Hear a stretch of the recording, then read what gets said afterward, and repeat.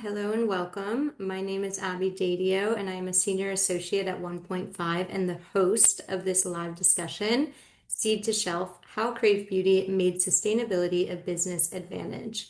This is the first discussion in a series where we sit down with leaders we've partnered with to talk about what it takes to build credible, sustainability-driven business growth. Our guest today is none other than the founder and CEO of KraveBeauty, Liah Yoo. Liah founded KraveBeauty in 2017, built on the philosophy of slowing down skincare and pressing reset on industry excess. Liah, welcome. Let's get into it. Thank you for having me. So you published KraveBeauty's 2025 impact report, and the headline isn't a metric, it's a position. You wrote that 2025 was a year of unlearning the beauty industry's default settings. What did you mean by that, and what was the moment that you knew you had to push harder rather than play it safe on sustainability? A lot of this comes down to sustainable sourcing. I mean, when customers interact or think about sustainability in the beauty industry, quite frankly, I think the first thing that comes to everyone's mind is packaging.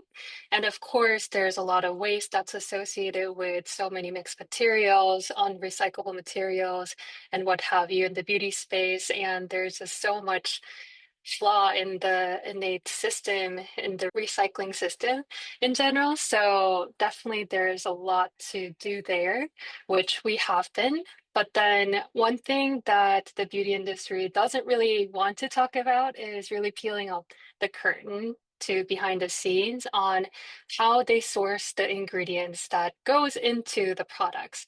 So for instance, if we think about the how cacao beans are sourced, there's a lot of unethical or forced labor issues that we are aware of.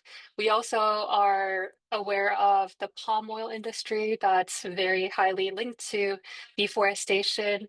And then another thing is that I've been kind of shocked when I saw this Guardian's article, which they did a whole expose on the collagen supplement craze driving Amazon deforestation, quite simply because collagen supplement normally came from bovine collagen, which is the byproduct of the meat industry, of the beef. But then because now everyone is into wellness, everyone is into longevity, so people are consuming more collagen supplement than ever. And that kind of surpassed the whatever byproducts that the beauty industry can source.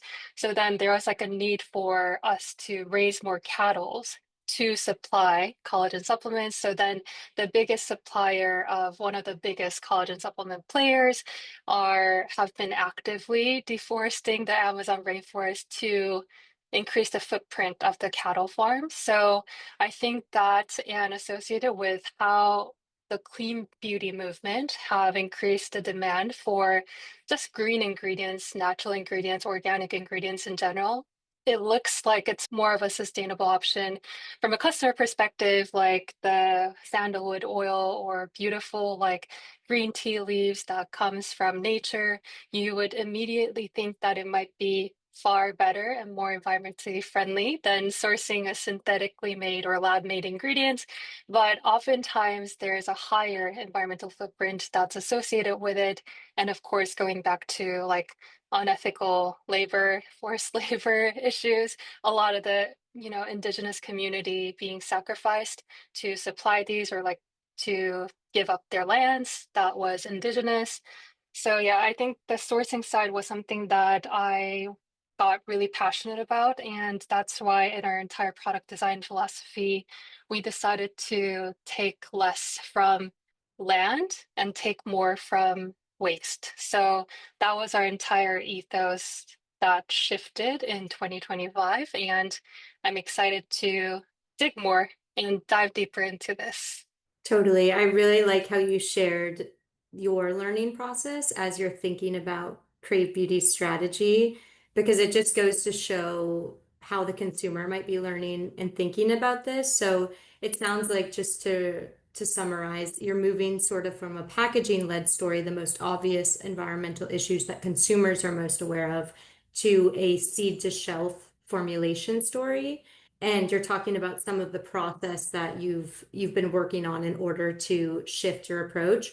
What had to be in place internally to even attempt this shift from packaging led to seed to shelf formulation approach, story, etc.?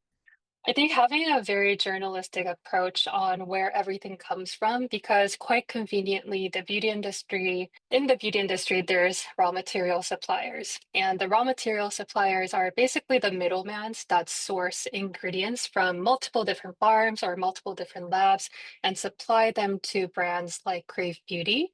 So oftentimes, a lot of the brands, like I can guarantee that most brands do not have the full knowledge on where the ingredient that they're using inside the formula is exactly coming from. Like, which land are we using and who is actually harvesting? How are they being treated as a worker? Like, what are the working condition and what is the environmental footprint of each ingredient?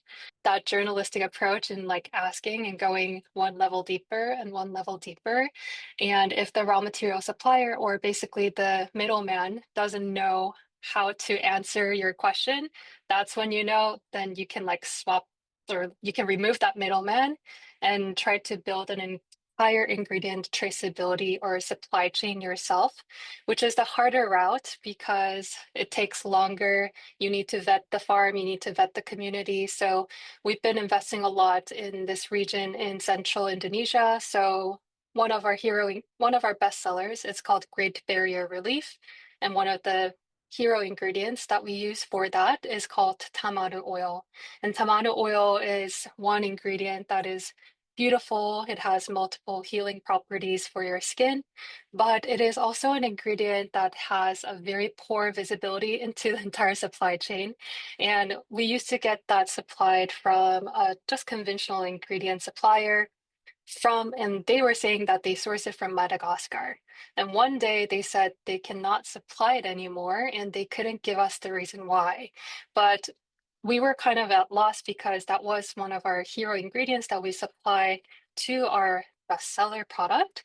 So we had to kind of take the matters into our own hands. So we started working with a nonprofit group called Women's Earth Alliance and partnered with a women harvester-led community based in Central Java in Indonesia to also enhance like the agroforestry, also enhance the working conditions and the wages of the local women community. And to develop that, it took us 5 years to develop that entire supply chain.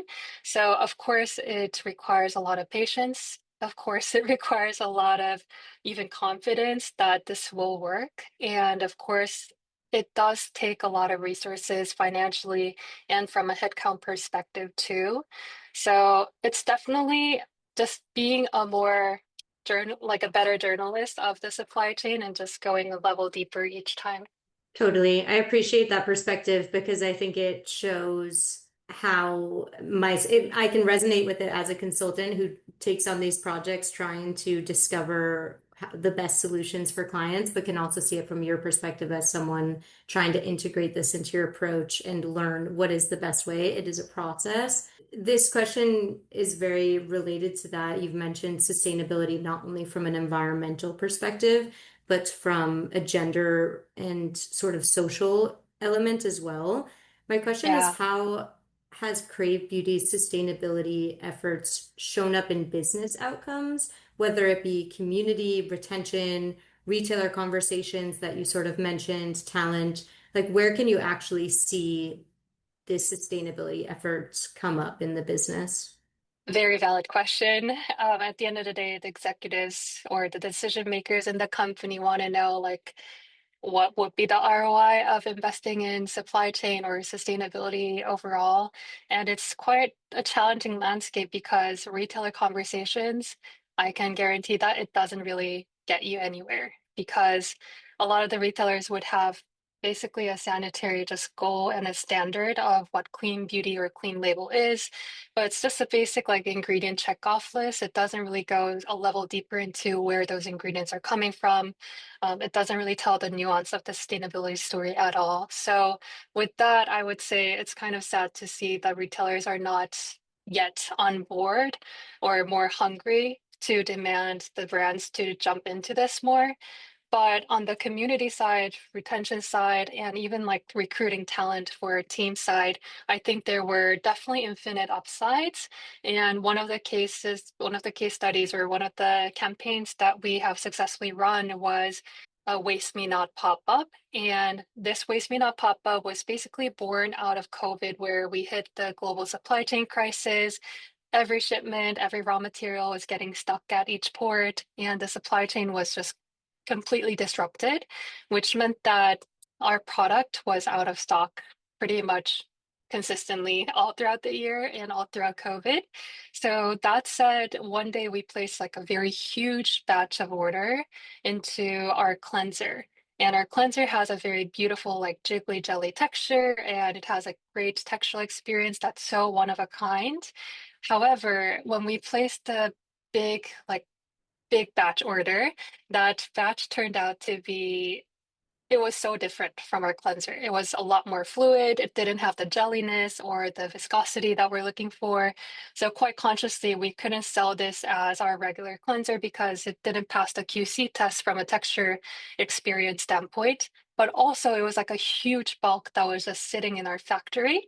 So that said, when I went there to just see like how much scale of the inventory that we have that we need to salvage, normally, a lot of the times, the beauty industry or any like consumer goods industry that produce anything from a factory, if they have a production reject, they would just discard it, either burn it or drain it down the waste streams and just do over in terms of the production. But for me, I was like quite consciously, I don't think I can drain this down, which is a perfectly usable cleanser, but it's just a different textual experience. So then what we did was we actually just repackaged it in a limited edition body wash. And with that, I thought there was like so much storytelling and opportunity to educate our customers and the wider industry as well about what we can do to salvage waste that gets created behind the scenes. Oftentimes, again, like people think about sustainability, they think about packaging, but there's just so much waste that gets produced in the entire process of manufacturing and the product development. So we wanted to kind of bring a spotlight to that process and that waste. So we did a pop-up for 4 days in New York City. There were 3,000 people who showed up, and we made, I think, $13,000. So it was a pretty remarkable experience for us for any pop-up to generate that much out of like a rejected batch. So we were really proud of that campaign, and I think that really did help help to get our name out there to the industry friends who are aligned with us. So then that also helped a lot with recruiting side as well. So anyone who subscribes to our sustainability mission and also wants to be a part of the storytelling, they've been, actively applying for jobs at Crave Beauty, which I'm really, really honored. So yeah, I think from a community lens, like when the brands and companies become more human and own up their mistake and really like open the curtain for the community, they become like the biggest messenger for you, that everyone will be like a messenger and they'll be championing your brand to their friends. So I think that was a very beautiful thing to see. Yeah, I would agree. I really love how you turned that problem into an opportunity, not only from a sales and business perspective, but from a community and sort of education perspective. You're leaving consumers better than you found them by enabling them to think about these things and apply it in their purchasing decisions. I also like how the theme of transparency is showing up not only with your consumers, but also with your supply chain. I think I could see that being a potential advantage in the future if most of the industry can't identify who their suppliers are, but you know intimately who is providing these ingredients to develop your products. That's definitely powerful in terms of being able to set yourself up for consistent production in the future. So I really appreciate you sharing that story. I do want to transition. I know you just posted your 2025 impact report. I know that Crave Beauty has been sustainability forward from year one, and you've been sharing sort of the process from your personal learning experience, which has translated onto Crave Beauty's journey in terms of learning about sustainability. My question is, what were the gaps that made you and the Crave Beauty team say we need outside expertise or capacity back in 2023, which ultimately led to working on this impact report and everything in it?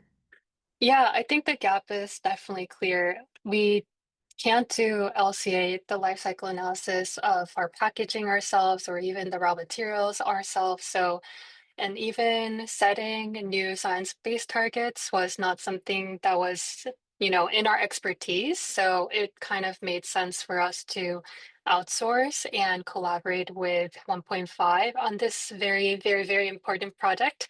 So if I bring the vision and the innovation philosophy, we're good at customer storytelling, education, transparency, but how do you tie that to an actual quantifiable impact, and how do you make sure that we are progressing forward with reduction in our carbon footprint? Like that's something that we needed someone who is very well versed in the data sets and who brings that left brain to our right brain. So yeah. That makes a lot of sense. Very specific sustainability expertise. And it also goes to show that you did your research to know exactly what you needed before bringing in a partner. I'm curious, what did you need to be true about a partner before you'd bring them in? Like why OPF specifically in terms of an engagement? Totally. I think first and foremost, they need to understand firsthand on or whichever partner that we bring in, we wanted someone who truly understands the supply chain knowledge, especially when I was thinking about like how do we go deeper into ingredient traceability, sustainable supply chain, sustainable sourcing. We really wanted the partner to also wear this kind of journalistic hat and be able to translate our vision into an actionable output. And I think 1PointFive had done pretty similar work with some of the other clients that you guys had with calculating some of the carbon footprint of the raw material and the ingredients that other industry uses, and whether that's like regen ag or um, apparel industry. I thought there could be a parallel into the work that you guys have done that can be applicable to our case as well, which was really helpful. And then I love that 1PointFive is also a very hardworking startup as much as we are too. So I think there was an alignment in the work ethic too, that we each other understood like what it's like to operate startup businesses, because we don't have like startup beauty brand or indie beauty brands don't have the same luxury of what a bigger, like more conglomerate beauty brands would have. So having that same mutual understanding was important. That makes a lot of sense. And it was really fun to work with your team and be able to learn from each other and kind of leverage our different areas of expertise. I know we did this work back in 2023 and now we're in 2026. So I'm curious in terms of the strategy development and impact report work that we did in 2023, what sort of outcomes continue to inform your sustainability approach and how you view sustainability today from that engagement?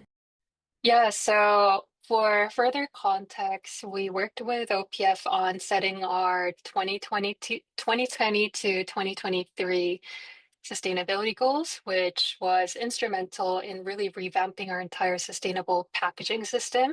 And then come 2023, we knew that we kind of blew off the goals and met all the goals that we had set for ourselves, which was great to also see.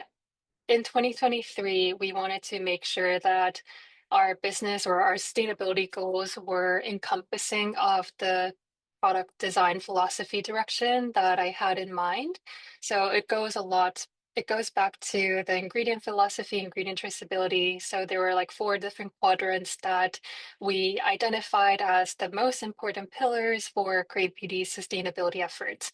One was certainly like customer and community engagement and education, because without customer, learning more about like how environmentally detrimental like natural ingredients could be, like they're not going to be able to know how important of a work that we're doing, and also how important it is to support businesses like us.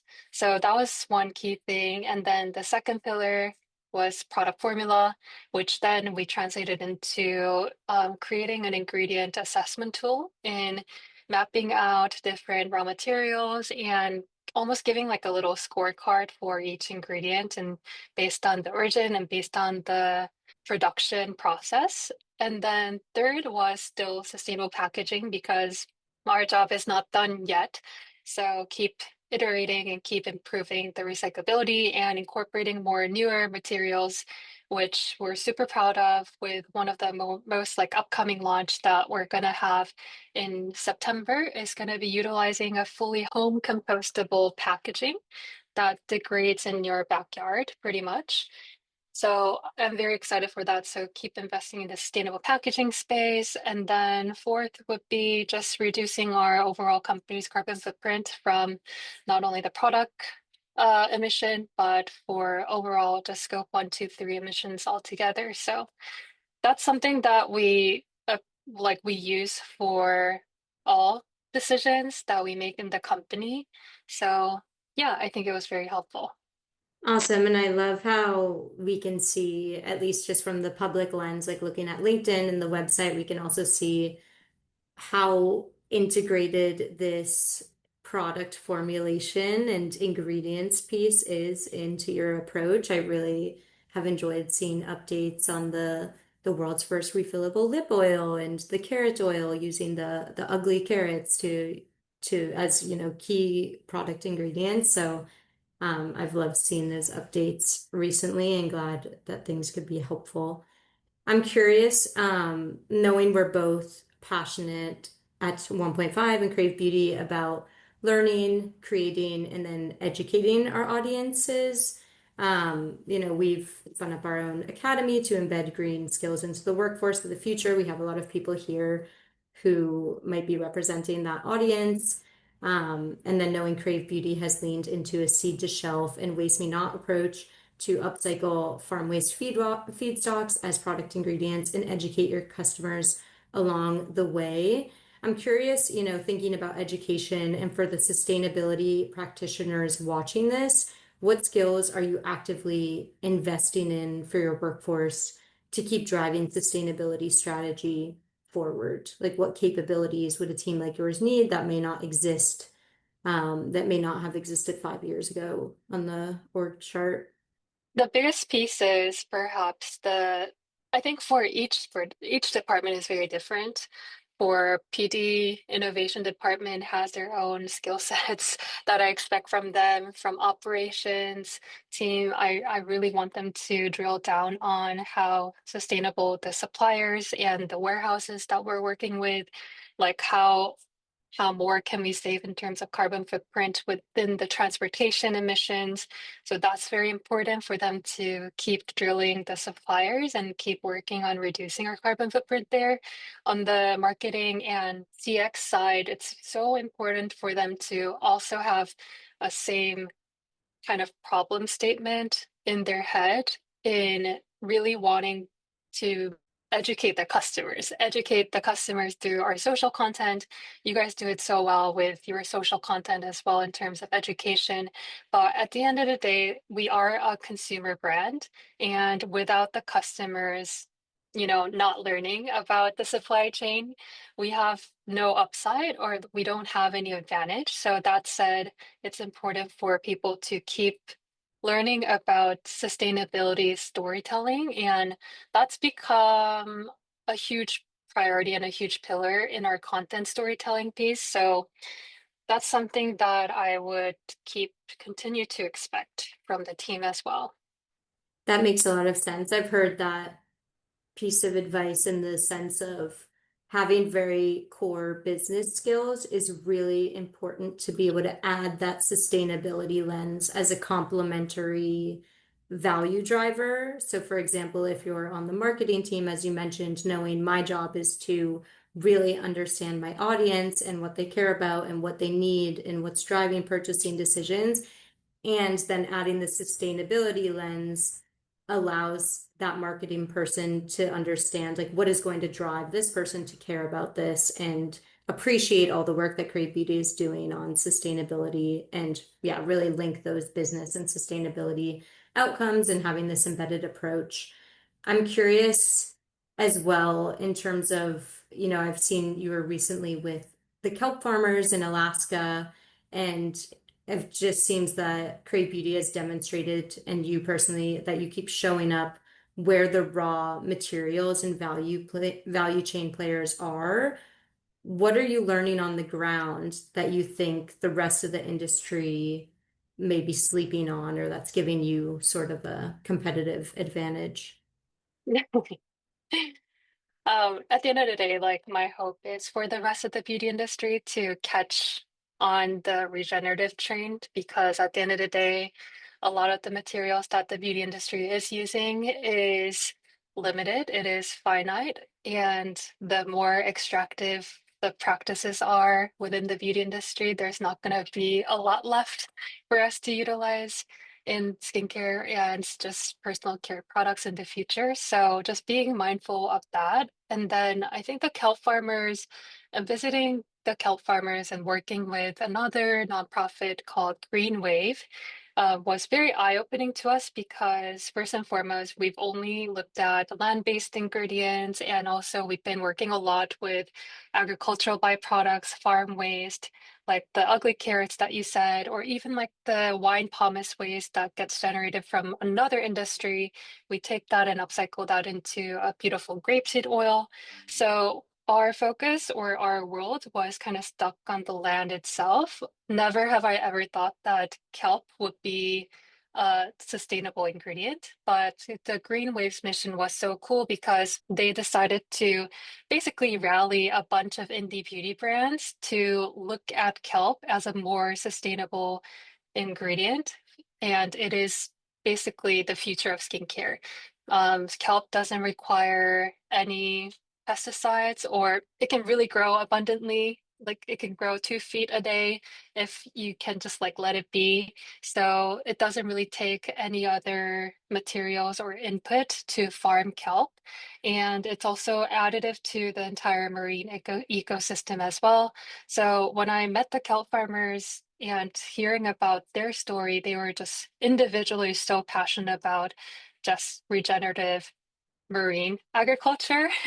So just hearing their stories about it and they're passionate about this regenerative material, it made me so excited about the future in this new type of materials that the beauty industry have really overlooked for a long time. I mean, it had existed, but at least in the States, kelp is not an ingredient that we consume on a day-to-day basis. So I think it's still very foreign to a lot of Americans. But, in Asian culture where I grew up in South Korea, we consume kelp and seaweed pretty much on a daily basis. So it's kind of intuitive that it is a very abundant material out there. So that's something that I'm excited about in the future.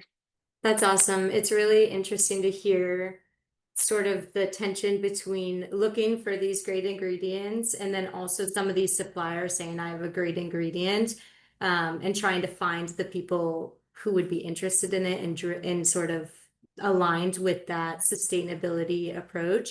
I do want to open up for questions from the audience, and I see Heather has a similar question related to raw materials. Heather, would you like to ask your question to Liah? Sure, I would love to. Thank you so much. In fashion textiles, there's some current discussion about how to verify that what they call tier four suppliers, meaning farms that are creating the raw materials or products that are grown there, how they are providing ethical and eco-friendly raw materials. And you kind of touched on this a little bit, but what is your experience with getting clarity from the producers of your raw materials? Very, very hard. Very, very hard.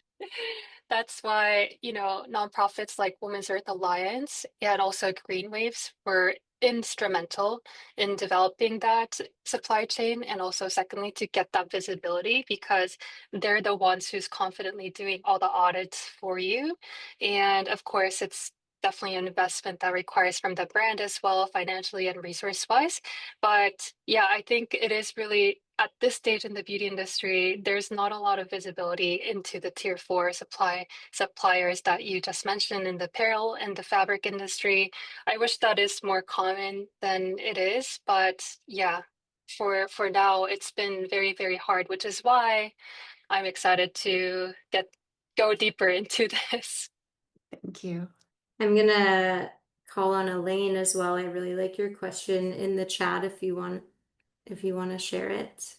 For sure. Thank you, Leah, for speaking on this. I'm a big fan of the brand, and I was hoping to understand with the rise of fast beauty, or how skincare is coming to become more like fast fashion and pushing Yeah. out new products very frequently. How has the brand been able to maintain its focus on sustainability whilst balancing, customer engagement and sales through new product launches?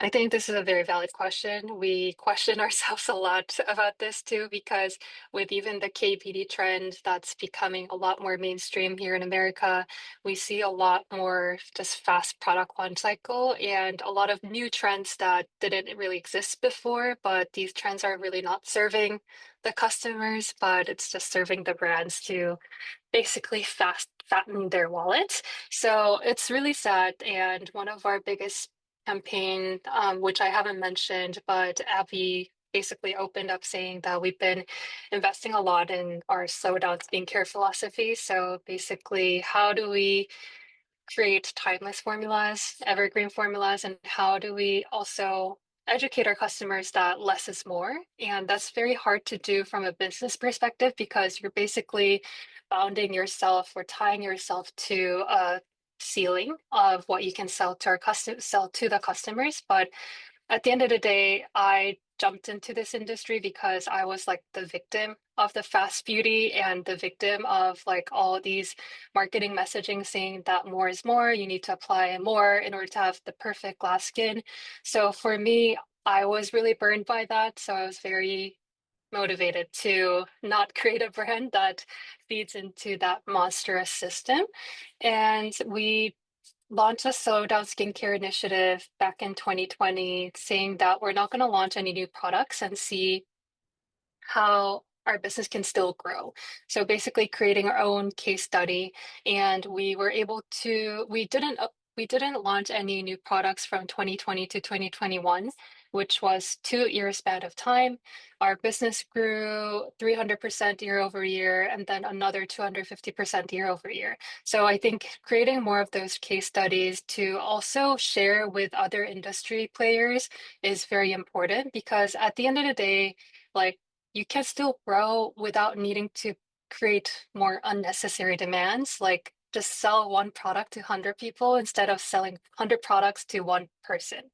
And I think the latter is the approach that the beauty industry has been taking a lot, and especially with the influence of the VCs in the market, like they want you to grow at all costs. So that's a very important question. That's definitely baked into our entire business principle. And I think you can still grow big with just few products.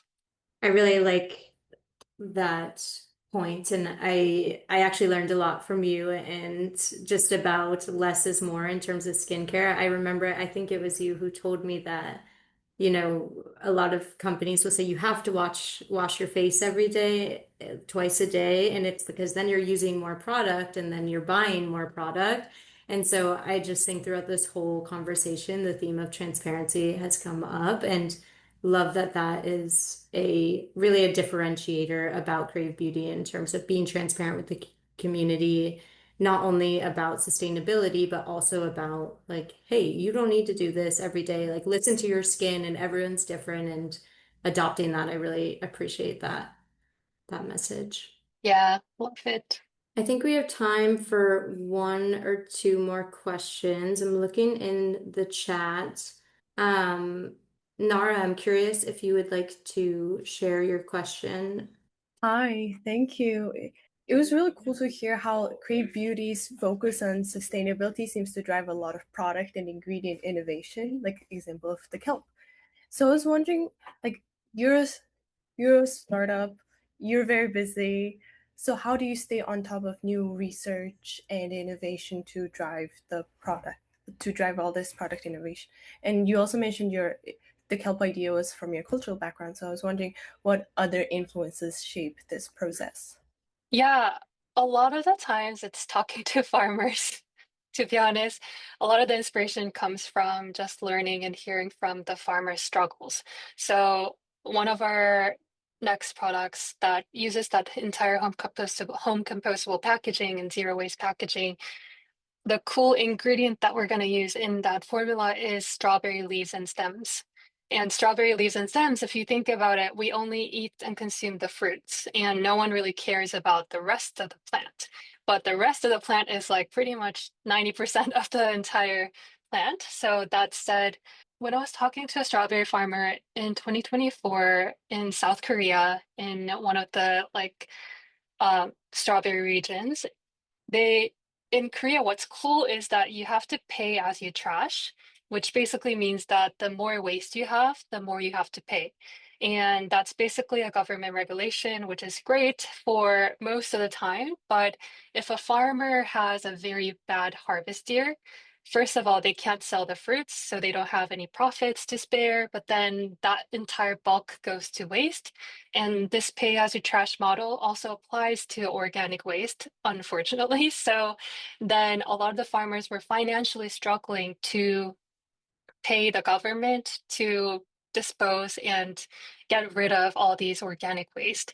So I think that kind of hit a light bulb for me in seeing like there might be an opportunity from the strawberry leaves and plants that can be used topically. And when you search crazily from all the PubMed journals to whatever you can find on Google, like there is anecdotal evidence that can lead you to like having a good faith that, okay, like there must be something in it that could be beneficial for topical ingredients. And then you invest more into doing like an actual clinical to prove that there is a substance in the strawberry leaves and stems, which there are. It's very anti-inflammatory. It's great for shrinking your pores.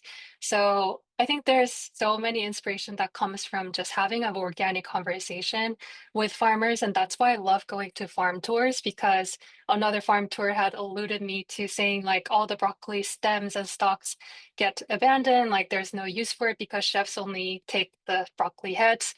No one cares about the stems and the stalks. So then that was another light bulb moment for me to think about, okay, like then we can take that. There's a lot of omega fatty acids in the entire plant. Like how can we translate that into a skincare material?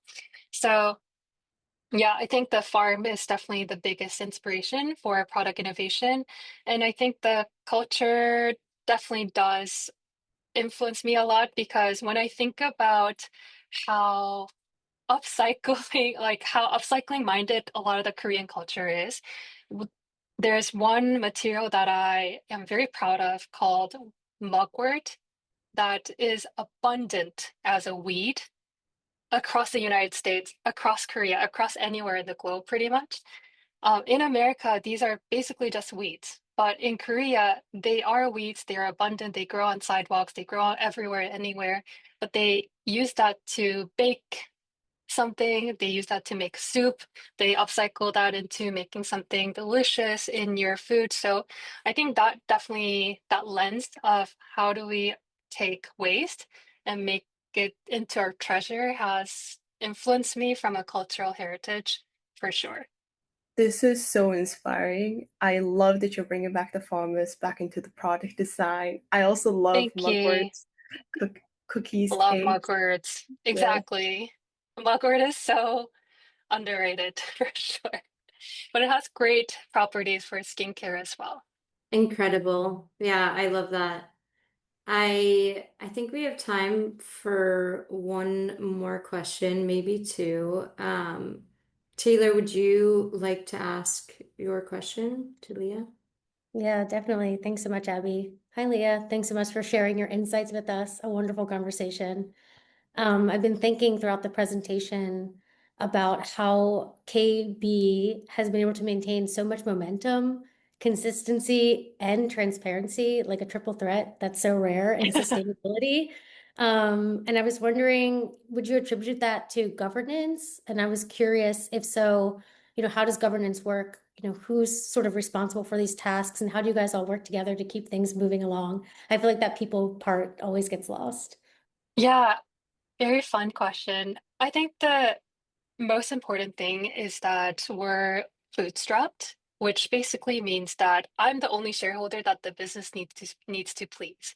So if we had a VC or if we had another shareholder that's not me, I don't know if they were also on board with let's not launch any new skincare products for 2 year type of case studies, or us taking like 5 years to build like one ingredient supply chain. So that said, I think it's important from the very like top level from a shareholder perspective to be fully on board with whatever you're trying to do, whether that's the pace of growth or how you grow and how you operate, to be fully onboarded. And I think that's why the decision makers, executives need to also be on board with the work that you guys are also doing at OPF. So I hope there are more examples that gets created there. And then I think secondly, once a founder or once an executive have a very firm vision that is not basically swayed in any different way, I think the rest of the team knows where the North Star is. So it's really easy to then rally the entire team to go and push ourselves to go to that North Star, because at the end of the day, a lot of the people who come to Crave Beauty want to press reset on something in the beauty industry, whether that's in marketing, whether that's in product innovation, whether that's in operations. There's a lot of the personal motivation that ties to the work that each individual is wanting to do at Crave Beauty. And then if there's a very well-defined vision and mission, I think the rest is pretty easy. But of course, consistency is hard. And of course, when the business fluctuates in terms of the numbers, it's hard to really think about the woman harvester in Indonesia who's harvesting our tomato oil when we can't like provide payroll immediately. So I think there's definitely challenges, but overall, I think it was a pretty straightforward, smooth sailing journey, not gonna lie. Wow, that's so incredible. A testament to your awesome leadership. I appreciate you sharing that with us. Thank you, Taylor.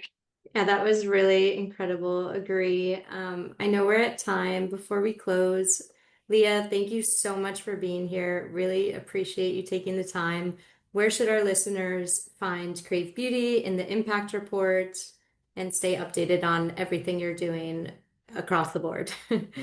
Yeah, Crave Beauty's Impact Report, we've been publishing it for the last 3 to 4 years, and I'm very proud of it. The team puts a lot of hours into quantifying that, so definitely worth a read, definitely worth a download for sure.